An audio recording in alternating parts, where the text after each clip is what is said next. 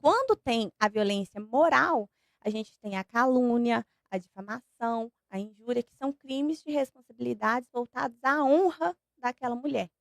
E o nosso tema, né, doutora, que é o mais importante e o menos debatido, que é a violência patrimonial. Bom, quando a gente pensa em patrimônio, a gente pensa em bens, em dinheiro, em documentos. Então, quando ocorre a violência patrimonial, aquele agressor, ele quer reduzir o poder econômico da vítima. Então ele pode falar que ela não pode trabalhar, ele pode, controlar, às vezes ela trabalha e não tem controle sobre o próprio dinheiro, ele pode esconder documentações. Gente, se vocês compram uma casa, se vocês compram um veículo, vocês têm que ter acesso à documentação desse veículo, à documentação dessa casa. A partir do momento que você e seu marido, seu esposo, namorado, você não tem acesso a uma coisa que vocês compraram juntos, isso é um tipo de violência. Então aqui a gente vai focar muito na violência patrimonial, porque muitas mulheres não percebem que estão sendo vítimas desse tipo de violência, né, doutora? Sim, sim. Importante destacar também que quando nós falamos de casamento, nós estamos falando de um contrato, né? Juridicamente falando. Então, se pressupõe que o casal ele converse sobre o planejamento patrimonial. Espera aí, quem vai pagar as contas?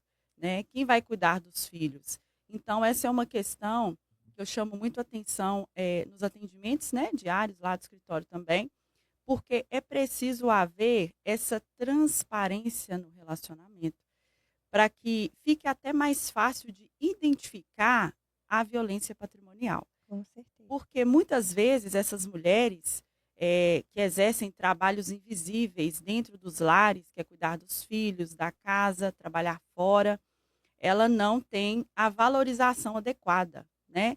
Nesse sentido, as mulheres muitas vezes elas abrem mão da administração dos bens porque acreditam que seja o papel do homem, Isso. né? Não algo que possa ser compartilhado. Nesse caso, frases como: "Olha, se você se separar de mim, você não vai encontrar mais ninguém". Isso é violência, né? Com certeza. Me passa a senha aí da sua conta, porque eu vou administrar, porque você não sabe controlar as nossas contas, você não sabe pagar. Ou comprar bens e colocar em nome de terceiros, Isso. né? Ou vender tudo antes do divórcio, para que a mulher não tenha acesso ao patrimônio, não tenha direito à meação, né? A parte que lhe cabe após o divórcio.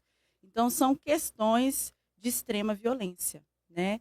Sim. Só que esse tipo de violência, muitas vezes, é muito difícil de ser identificado para quem está vivendo naquele contexto ali familiar, né, aquele contexto amoroso, mas que excede ali o amor, que é o tema do nosso podcast hoje, né, que é quando o amor fere. Então, até que ponto nós estamos falando aí de um relacionamento saudável, nós estamos falando de amor, e até que ponto está sendo praticado violência, até que ponto eu estou sendo vítima de algum tipo de violência que precisa ser conversado, que precisa ser pontuado, né? E em relação à violência patrimonial, que eu considero uma violência que é muito corriqueira, é muito comum no divórcio, né, que nós vemos aí diariamente, eu creio ser uma das violências que seja mais difícil da mulher identificar. Sim. Então, para clarificar aí aos nossos ouvintes, doutora, a senhora poderia nos dar alguns exemplos de como isso pode acontecer? Com certeza. Como eu tinha falado, o acesso a documentos. A gente vê muito isso. "Ah, meu marido guarda o documento, eu nem sei aonde ele guarda". Então, se você tem uma casa que vocês compraram juntos, você tem que ter acesso àquele documento, você tem que ter até mesmo uma cópia, ter livre acesso àquilo, porque se um dia você se separar, você sabe o que vocês realmente têm. É uma forma de violência patrimonial. Impedir de trabalhar também é uma forma de violência patrimonial. "Ah, não, mulher minha não trabalha". A gente escuta muito disso. "Eu mantenho a casa", ok, mas se ela tem a vontade de trabalhar, ela não pode ser impedida disso. E essa também é uma forma de, violência patrimonial. Muitas das vezes também, os casais eles abrem contas conjuntas. E quando o relacionamento não tá tão legal, o marido vai lá e retira o nome da esposa, retira o acesso dela a essas contas. Gente, se vocês estão casados, tudo é de vocês 2. Vocês têm que ter acesso a tudo que vocês adquiriram durante aquele casamento. Então você tem sim que ter acesso a uma conta bancária, principalmente se é uma conta conjunta. Então, são formas, Débora, que as pessoas utilizam, né, principalmente os homens, para poder manipular aquela mulher e ter essa violência mesmo patrimonial. E muitas das vezes elas não se dão conta, porque é a função do homem administrar a casa, mas também é a função da mulher ter acesso a tudo que está sendo administrado. Se você quer que ele tome as rédeas da situação, ok, sem problema, mas saiba o que está acontecendo. É uma forma de você se assegurar, né? Sim. Chamando atenção aí para as mulheres, né, que exercem suas funções, suas tarefas dentro de casa, que não saem para trabalhar externamente, mas que o serviço dentro do lar é interminável, né? Nesse caso também é praticada a violência patrimonial, né? Porque Sim, muitas vezes a fala que nós ouvimos é que, ah, ela não vai ter direito a nada porque ela nunca trabalhou. eu comprei tudo sozinho, né? Exatamente. Então é algo extremamente fora do contexto. Ainda bem que o direito das famílias ele evolui e tem tentado acompanhar aí, né, a evolução das famílias, a evolução dos contextos familiares, porque aí nós conseguimos sair aí um pouco desse machismo estrutural, que é justamente achar que por uma mulher não sair para trabalhar externamente, que ela não está contribuindo para que o homem consiga trabalhar, né? Cuidando dos Isso. seus filhos, cuidando do lar, enfim, garantindo, né, que seja ali um lar saudável e que tenha todas as condições mínimas de subsistência. Agora, uma vez identificada uma dessas violências que nós comentamos aqui, o que a mulher ela pode fazer? Ela deve primeiro buscar apoio e ajuda para sair daquela situação. Se ela está num fim de relacionamento, né, normalmente quando elas percebem esse tipo de violência, elas já estão ali próximo ao divórcio, à separação. Se ela entende que ela está sofrendo uma violência, ela tem que procurar uma delegacia. De preferência, a delegacia da mulher. A gente sabe que nem toda comarca tem a delegacia da mulher. Aqui em Matosinhos, por exemplo, é a delegacia civil que vai atender todas as demandas. Mas, né, a gente, quando possível, procurar a delegacia da mulher, lavrar o boletim de ocorrência. Gente, boletim de ocorrência para solicitação de medida protetiva, para solicitação de tudo isso, não é só violência física. É isso que vocês têm que guardar. Todos os tipos de violência que eu falei, física, psicológica, moral, sexual e patrimonial, todos esses tipos de violência, eles são resguardados pela Lei Maria da Penha. E existem medidas de proteção à mulher específicas para cada situação. Eu falo, Débora, que muitas das vezes as pessoas acham que Maria da Penha é só distância. Fala assim, ah, vou lá, vou pedir uma Maria da Penha e não vai poder chegar perto de mim. Essa é uma das coisas que a Maria da Penha faz. Realmente ela coloca a distância que a pessoa pode chegar perto da pessoa, né, por segurança. Mas a gente também tem uma escolta policial, por exemplo, para a mulher adentrar a casa, pegar documentos que ela precise, pegar roupas, pertences, às vezes dela, às vezes dos filhos, que muitas das vezes ficam na casa durante uma briga. E a Lei Maria da Penha também visa dar esse resguardo para essa mulher. Exatamente. Em relação à violência física, que eu vejo que é a violência visível, né? Porque as demais, aparentemente, você não consegue visualizar se a vítima não expõe. Eu vejo como uma situação muito delicada. E a maioria das mulheres que sofrem a violência física, elas se julgam, elas se colocam na posição de agressor e não querem procurar ajuda, na maioria das vezes, por vergonha. Então, é uma outra questão que eu acho importante a gente ratificar aqui, né, que a vítima é a vítima não tem que se julgar, né, porque a culpa não é da vítima. Então, diante de uma dessas situações aí de violência, né, especialmente a violência física, que pode deixar marcas ou não, porque ainda tem essa Hum, questão, né? Que ele me bate, mas não deixa marcas. sim. Ou ele só me bate quando ele bebe. Então, é preciso sim buscar ajuda. É preciso ligar no 180 ou ligar na polícia militar ou procurar mesmo, né, como você disse, uma delegacia especializada, mas que a gente sabe que é difícil. Em algumas localidades, infelizmente, nós ainda não temos. Vamos torcer para que essa realidade mude e as mulheres consigam ser atendidas com mais eficiência, com mais carinho, com um atendimento mais humanizado, né? Porque eu acredito que isso falte muito e é uma carência mesmo do sistema, né? Mas nós, falando em violência também, acredito que tem aí um agravante quando envolva filhos, né? Crianças e adolescentes que estão ali naquele contexto familiar de violência.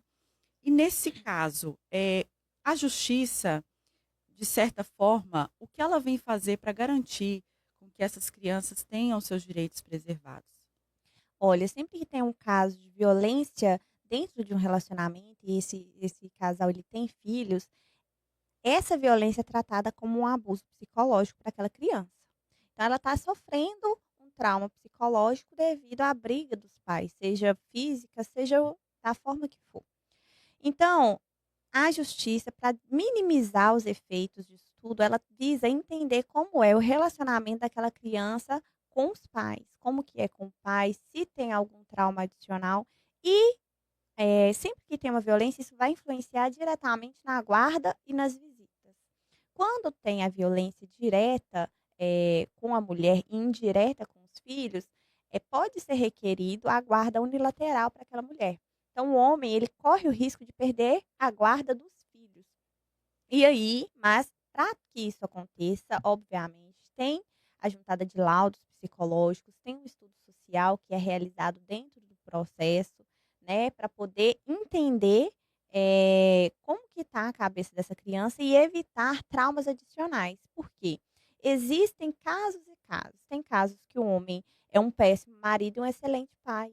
E tem casos que o homem é ruim de tudo também, vamos ser honestos. Mas tem casos que ele é um excelente pai. Então você afasta essa criança de um pai que é um ótimo pai, vai gerar mais trauma para aquela criança. Então tem sempre que ser estudado caso a caso, para evitar um trauma adicional para aquela criança. Sim. Lembrando que hoje, né, a regra é a guarda compartilhada, né, que é uma forma de convivência que há muita polêmica, que é assunto para um outro podcast.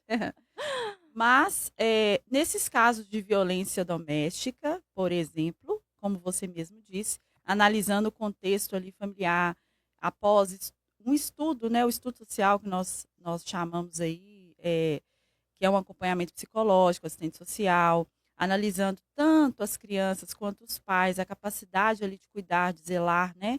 Sim, Nesse caso, nós muitas vezes identificamos que a guarda compartilhada ela não vai ser ideal para aquele contexto familiar, né? Então, cada caso é um caso, mas a gente tem hoje essa possibilidade legal de afastar a guarda compartilhada, trazer a guarda unilateral, que não é mais a regra no direito, para possibilitar que o pai conviva, mas que não fira ali a integridade física e moral da criança, preservando o princípio do melhor interesse do menor, né? com certeza. É, uma outra questão é a seguinte: nós temos também, a constatada a violência doméstica, a possibilidade de pedir, né, prioridade de tramitação dos processos, que eu também vejo como um avanço no direito, além de uma outra questão relacionada à medida protetiva e o divórcio, não é, doutora Lígia? Sim, hoje já tem um entendimento que, quando a mulher ela não tem bens, e eu recomendo quando também não tem filhos, né, quando a mulher não tem bens e não tem filhos, no próprio processo de violência doméstica, ela consegue a decretação de divórcio. Então economizamos aí um processo. Por quê? Você denunciou aquela pessoa, ela te agrediu ou foi violenta patrimonialmente, moralmente, seja a forma de violência que for. Você foi, o juiz entendeu que realmente aquela situação aconteceu, ele vai condenar criminalmente aquele agressor e E além disso, na própria sentença em que ele condena, ele já decreta o divórcio do casal. Então não é necessário o ajuizamento de mais uma ação para a decretação do divórcio. A gente consegue fazer isso tudo no processo criminal. Excelente. Grande avanço também para o direito das famílias, em consonância com o direito criminal, né? Isso que Isso. torna bacana o direito. É interessante, Débora, que o direito ele conversa, né, são multidisciplinares, por isso que a gente sempre recomenda que vocês tenham acesso a advogados que entendam ou que tenham suporte em ambas as áreas, porque quando você chega para divorciar e você é vítima de violência, é importante que você tenha um suporte nesse escritório para que você saiba lidar com a violência também que você está sofrendo. Da mesma forma, se você sofre violência e procura um advogado criminalista, é importante você ter um respaldo também no direito de família. Então, é uma multidisciplinaridade. Falando em violência, nós começamos a nossa conversa também, falando um pouco também sobre a questão do casamento, que é um contrato. E eu chamo novamente a atenção sobre o planejamento patrimonial, né? Nós falamos muito de planejamento sucessório, de holding hoje familiar, de inventário, de testamento, etc. Mas é importante para evitar determinadas situações de divórcio. Eu entendo que as pessoas realmente elas não se unem com o intuito de posteriormente divorciar, mas é algo que tem que ser falado e tem que ser pensado de maneira que não só os bens possam ser preservados e partilhados de uma forma saudável para as partes, mas que os filhos também sejam preservados de algumas questões, né? Principalmente quando envolve essa questão da violência. Então, que no casamento não seja discutido somente regime de bens, que já é um grande passo, Uhum. né? É o casal que pretende se casar ou viver em união estável também, que é possível escolher o regime de bens, já pense, olha, vamos adotar tal regime, porque se nós não dermos certo, nós vamos fazer dessa forma aqui. Já é um caminho. Mas pensar também em divisão de tarefas, tanto financeiras, né, quanto domésticas, evita muitas situações difíceis que podem levar ao divórcio, que é o que nós vemos no atendimento, né, diário nos nossos escritórios, que é essa falta de diálogo. Então, chega um ponto que não há diálogo, há monólogo, e aí chega o extremo, que é a violência. Mas a pergunta que não quer calar, que nós ouvimos nos nossos escritórios também todos os dias, vou me divorciar, minha vida acabou. É possível recomeçar, doutora Lígia? Com certeza, é possível. Vocês têm sempre que procurar um apoio psicológico. A gente sabe que quando se fala em divórcio, é uma carga sentimental muito grande. Quando tem uma situação de violência, agrava ainda mais. Mas a gente precisa entender que, além, né, de recorrer à justiça, é necessário também ter uma rede de apoio para poder conseguir se divorciar de uma maneira mais calma, mais tranquila.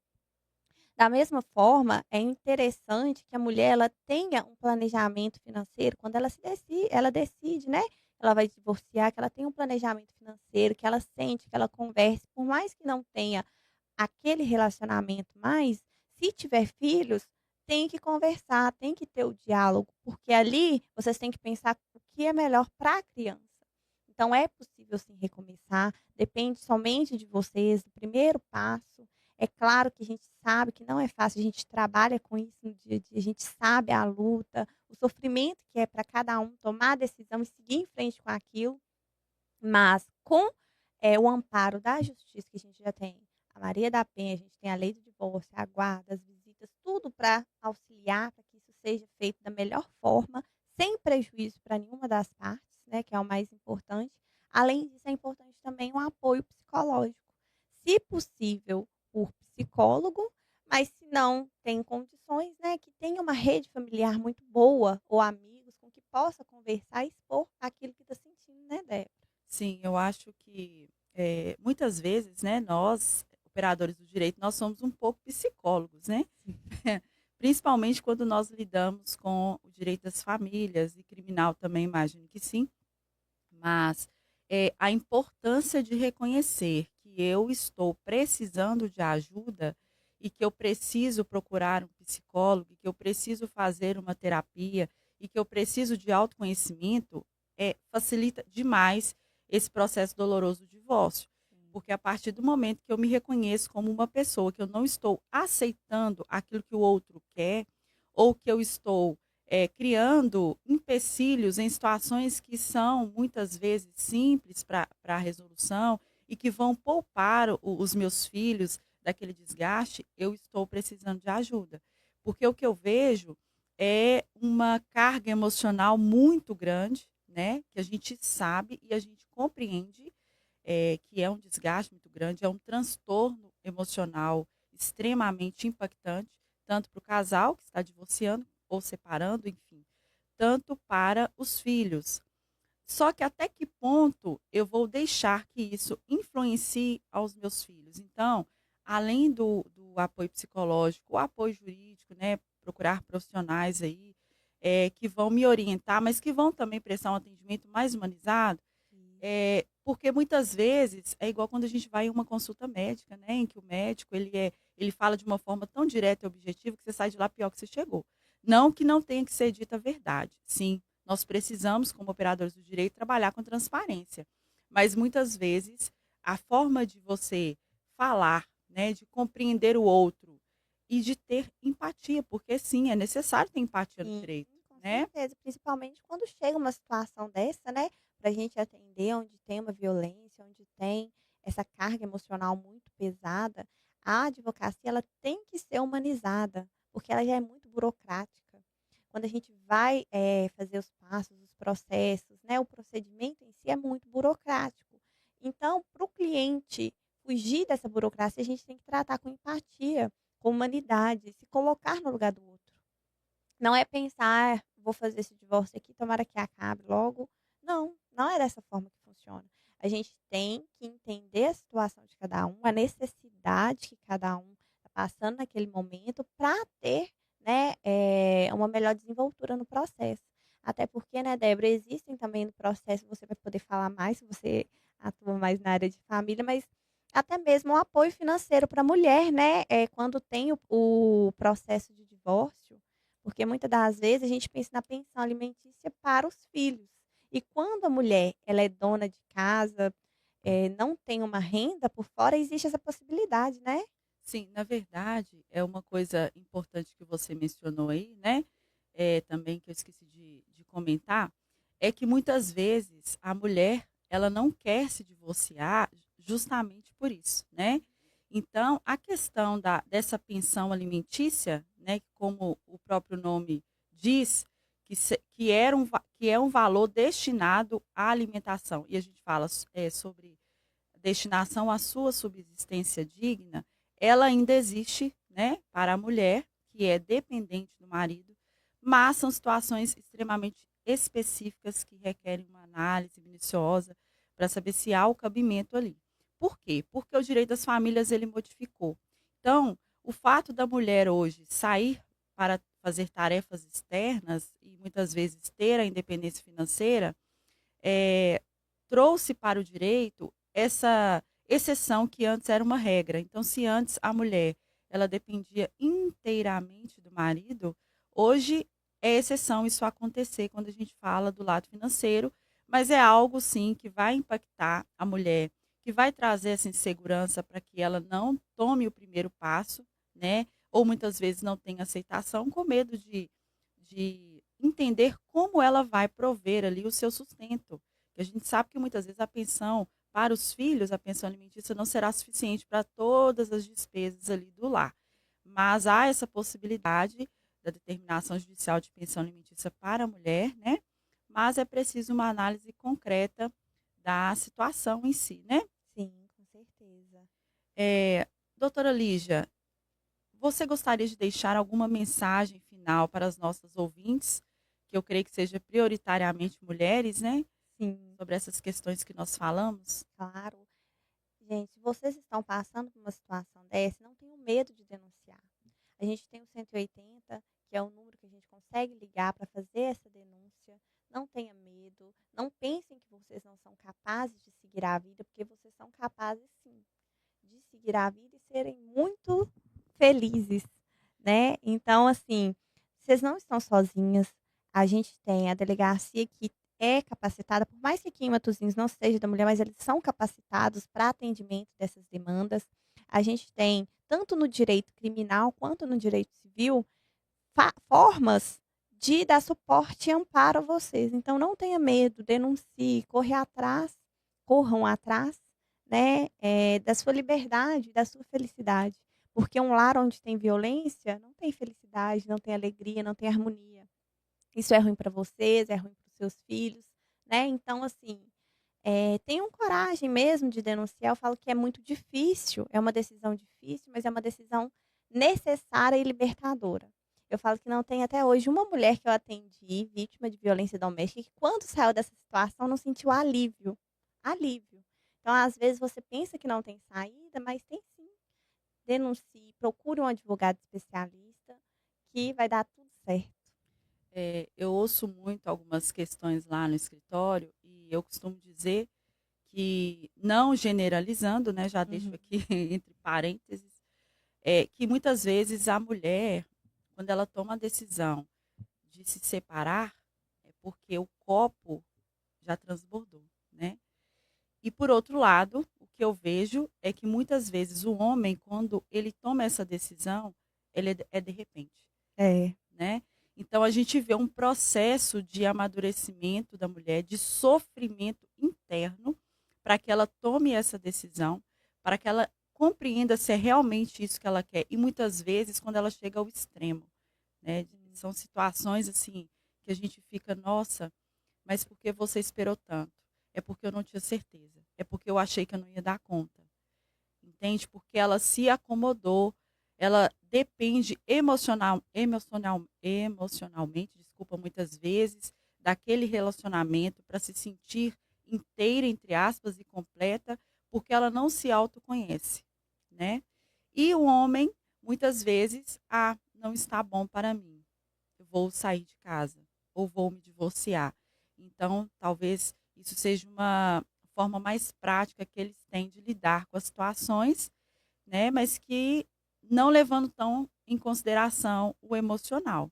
Então, por isso nós falamos aqui da importância de buscar ajuda, Com né. certeza. O Janeiro Branco é considerado como um mês de saúde mental, de conscientização, né, da saúde mental, mas eu vejo necessidade de falar da saúde mental em todos os meses e todos os dias do ano, porque nós precisamos compreender os nossos limites, né? Então é isso que nós gostaríamos de dizer para todos vocês, que vocês se sintam acolhidas, não se sintam sozinhas, não se sintam desamparadas, não achem que vocês não possuem aparatos legais que vão preservar vocês, né? Mas que vocês tenham maturidade para preservar os filhos de vocês, né? Não estenda aquele relacionamento tóxico, aquelas situações de violência para os filhos. Procure, sim, um apoio jurídico especializado que vá te acolher. Procure um atendimento em delegacias, mas dê o primeiro passo, né, para essa mudança, para recomeçar, que é o assunto de hoje aqui, né? Porque por mais que haja divórcio, que haja violência, é importante recomeçar, mas só vai acontecer se você der o primeiro passo para isso, né, doutora? Com certeza. O primeiro passo é muito importante, tomar a decisão, enfrentar o medo. A gente sabe que tem insegurança financeira, emocional, a gente sabe dessas questões, mas dar o primeiro passo é libertador. E quando você assustar, já passou aquele turbilhão, sua vida já está voltando para o eixo, então assim, não tenham medo, vai dar tudo certo. Nós temos uma pergunta aqui de uma ouvinte, da Fernanda, e ela está perguntando se ela poderia sair de casa antes de dar entrada no divórcio. Fernanda, graças a Deus, o direito das famílias evoluiu, né? Nós não temos mais o abandono do lar. Entretanto, é preciso chamar a atenção a outros institutos, como, por exemplo, o Campeão Familiar. Então, o que nós aconselhamos? Sim, você pode sair de casa, principalmente quando há violência, você deve. Só que vamos produzir provas para sairmos de casa, se eu não tenho acesso à documentação dos imóveis que eu tenho, das contas que nós temos em comum, vamos providenciar isso primeiro, porque isso facilita, né, após essa entrada e esse ajuizamento da ação de divórcio. Então, assim, produz as provas, isso vale para todos as ouvintes, né? As provas necessárias para resguardar vocês e as crianças, os adolescentes, os filhos comuns, e saia mesmo, saia, procure ajuda, não se mantenha em um ambiente tóxico, né? Isso, com Espero ter certeza. respondido a sua pergunta.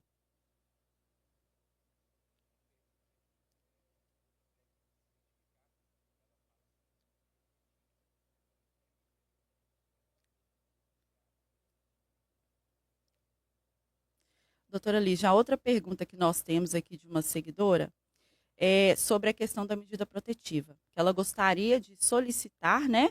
Mas que ela vê em notícias, né, jornalísticas que não funciona. O que você poderia dizer para ela em relação a isso? Olha, a justiça ela não é 100% eficaz. Isso a gente tem que ter em mente. Realmente existem situações que mesmo com a medida protetiva, desculpa, ocorre a agressão. Porém, se você pegar em estatísticas, a medida protetiva ela é sim eficiente. O problema é que a mídia, ela demonstra apenas quando a medida protetiva não funciona. E muitas das vezes, o que que acontece? Vou explicar um pouco sobre a medida protetiva. A mulher ela vai à delegacia, solicita a medida protetiva e é deferida pelo juiz, e esse juiz manda intimar a pessoa, o agressor. A partir do momento dessa intimação, ele não, via de regra, ele não pode mais se aproximar daquela mulher, mas a mulher também não pode se aproximar do homem. O que que eu vejo na prática que acontece muito? Reconciliação. Eu fui agredida, eu sofri e tal, mas aí manda uma mensagem, porque a medida protetiva não pode nem mensagem de texto. É distância física, mas é distância de todas as formas. Nem a família não pode chegar perto, não pode conversar nem diretamente. Então, depende da mulher também fazer uma denúncia. Se aquele homem, ele tá se aproximando, ele tá rodeando, a mulher tem que denunciar: "Olha, foi quebrada a medida protetiva". E essa pessoa vai responder além do crime que ele cometeu, que gerou a medida protetiva, mais um crime que é o descumprimento da medida protetiva. Então, na prática, ela é sim eficaz. O problema é que a gente vê na mídia, né, apenas os casos em que ela não foi eficaz. Então fica essa falsa sensação de que ela não funciona. Impunidade, né? Isso. A outra pergunta que nós temos aqui é sobre a questão de sair de casa e perder a guarda dos filhos, se isso pode acontecer, né, em caso de violência. E primeiro eu quero tranquilizar, né, a seguidora que nos perguntou sobre. É preciso sair de casa para se proteger? Sim. Feminicídio tem índices altíssimos aí, né? Nós não podemos, entre aspas, pagar para ver, Com certo? certeza. A guarda é uma questão muito séria, né? A gente fala aí do poder familiar. A perda desse poder familiar, ele vai acontecer em casos de extremo descuido, de negligência, né, de falta de capacidade psicológica para cuidar dos filhos, dentre outras questões. Então, o ideal é sair de casa sim, procurar ajuda, né? E a gente fala, faz um boletim de ocorrência, procura um apoio jurídico, um apoio psicológico e já ajuiza uma ação para regulamentar a questão da guarda e da convivência, tá? E a outra pergunta que nós temos é sobre a questão da partilha dos bens, né? Como que fica, como que funciona. Bom, primeiramente, nós temos que analisar ali que tipo de relação conjugal que há. É uma união estável? É um casamento? Ah, é um casamento. Qual regime de bens, né, que as pessoas estão ali adotando? Para nós conseguirmos decifrar e partilhar os bens. Olha, vai ser dessa e dessa forma. Então, é necessário mais informações, né, doutora, para a gente Sim, conseguir responder a pergunta mais sim. devidamente. Mas eu acho importante frisar que a mulher, quando ela é vítima de violência doméstica, ela não perde nenhum direito. Mesmo que ela saia de casa, ela não perde nenhum direito, ela não perde direito a bens, ela não perde direito à guarda, ela não perde nenhum direito. A justiça hoje, ela tem o entendimento que aquela mulher, se precisou sair, é porque ela estava sofrendo um tipo de ameaça, um tipo de violência, correndo às vezes até o risco de vida. Então, é importante desmistificar isso, porque antigamente o pessoal falava: "Ai, se saiu de casa não tem direito a mais nada", né. E hoje não é dessa forma, como a doutora Débora falou, para que a pessoa perca de fato o direito nos bens, é necessário o decurso do tempo. E aí a gente fala de no mínimo 2 a 3 anos, né, vai me faltar aqui a exatidão, mas é no mínimo 2 a 3 anos fora da casa.